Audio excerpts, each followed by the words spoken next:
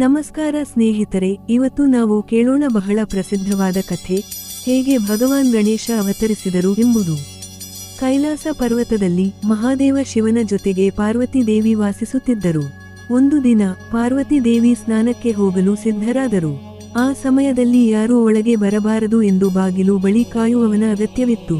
ಶಿವನ ಅನುಯಾಯಿಗಳಿಗಿಂತ ಸ್ವತಂತ್ರವಾಗಿ ತನ್ನದೇ ಆದ ಒಬ್ಬ ರಕ್ಷಕನಿರಬೇಕೆಂದು ಪಾರ್ವತಿ ದೇವಿ ಭಾವಿಸಿದರು. ಅವರು ತಮ್ಮ ದೇಹದ ಉಂಗುರದಿಂದ ಉಂಟಾದ ಚಂದನದ ಲೇಪವನ್ನು ತೆಗೆದುಕೊಂಡು ಒಂದು ಸಣ್ಣ ಹುಡುಗನ ರೂಪದಲ್ಲಿ ಮೂರ್ತಿಯನ್ನು ಸೃಷ್ಟಿಸಿದರು. ಆತನಿಗೆ ಪ್ರಾಣ ತುಂಬಿ ಜೀವ ತುಂಬಿದರು. ಇದೇನೆಂದರೆ ಆತನು ಗಣೇಶ. ಪಾರ್ವತಿ ತಾಯಿ ಆ ಮಗುವಿಗೆ ಹೇಳಿದರು, ನೀನು ನನ್ನ ಮಗ, ನಿನ್ನ ಹೆಸರು ಗಣೇಶ. ಈಗ ನಾನು ಸ್ನಾನಕ್ಕೆ ಹೋಗುವ ತನಕ ಈ ಬಾಗಿಲನ್ನು ಕಾಪಾಡು, ಯಾರನ್ನೂ ಒಳಗೆ ಬರಲು ಬಿಡಬೇಡ. ಗಣೇಶನು ಹೌದು ತಾಯಿ ಎಂದು ಒಪ್ಪಿಕೊಂಡ.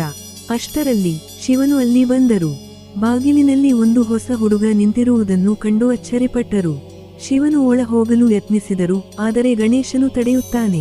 ನನ್ನ ತಾಯಿ ಆದೇಶವಿದೆ, ಒಳ ಹೋಗಲು ಸಾಧ್ಯವಿಲ್ಲ ಎಂದನು ಗಣೇಶ.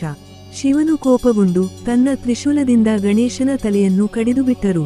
ಪಾರ್ವತಿ ದೇವಿ ಇದನ್ನು ಕಂಡು ದುಃಖದಿಂದ ಭೂಮಿಗೆ ಬಿದ್ದು ಅಳತೊಡಗಿದರು. ಅವರು ಶಿವನಿಗೆ ಕೋಪಗೊಂಡು ಹೇಳಿದರು, ನೀನು ನನ್ನ ಮಗನನ್ನು ಕೊಂದೆ, ಅವನನ್ನು ಜೀವಂತಗೊಳಿಸು, ಇಲ್ಲವಾದರೆ ನಾನು ಸಮಸ್ತ ಸೃಷ್ಟಿಯನ್ನು ನಾಶ ಮಾಡುತ್ತೇನೆ. ಆಮೇಲೆ ಶಿವನು ತನ್ನ ಭಕ್ತರನ್ನು ಕಳುಹಿಸಿ ಉತ್ತರ ದಿಕ್ಕಿನಲ್ಲಿ ಮೊದಲು ಸಿಕ್ಕ ಪ್ರಾಣಿಯ ತಲೆಯನ್ನು ತಂದು ಹಾಕಲು ಆದೇಶಿಸಿದರು. ಅವರು ಒಂದು ಗಜರಾಜನ ತಲೆಯನ್ನು ತಂದರು. ಶಿವನು ಅದನ್ನು ಗಣೇಶನ ದೇಹಕ್ಕೆ ಜೋಡಿಸಿದರು. ಪಾರ್ವತಿ ದೇವಿ ಪ್ರಾಣ ತುಂಬಿದರು. ಹೀಗೆ ಚಂದನದಿಂದ ಹುಟ್ಟಿದ ಮಗುವು ಗಜಮುಖ ಗಣೇಶನಾಗಿ ಪುನರ್ಜನ್ಮ ಪಡೆದನು. ಶಿವನು ಅವನನ್ನು ವಿಶ್ವದ ಮೊದಲ ಪೂಜ್ಯ ದೇವತೆಯಾಗಿಸಿ ಯಾವುದೇ ಕಾರ್ಯ ಪ್ರಾರಂಭಿಸುವ ಮೊದಲು ಗಣೇಶನನ್ನು ಪೂಜಿಸಬೇಕು ಎಂದು ವರ ನೀಡಿದರು.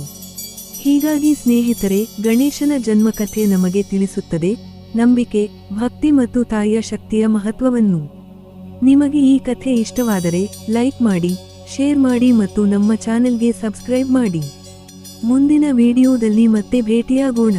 ಧನ್ಯವಾದಗಳು.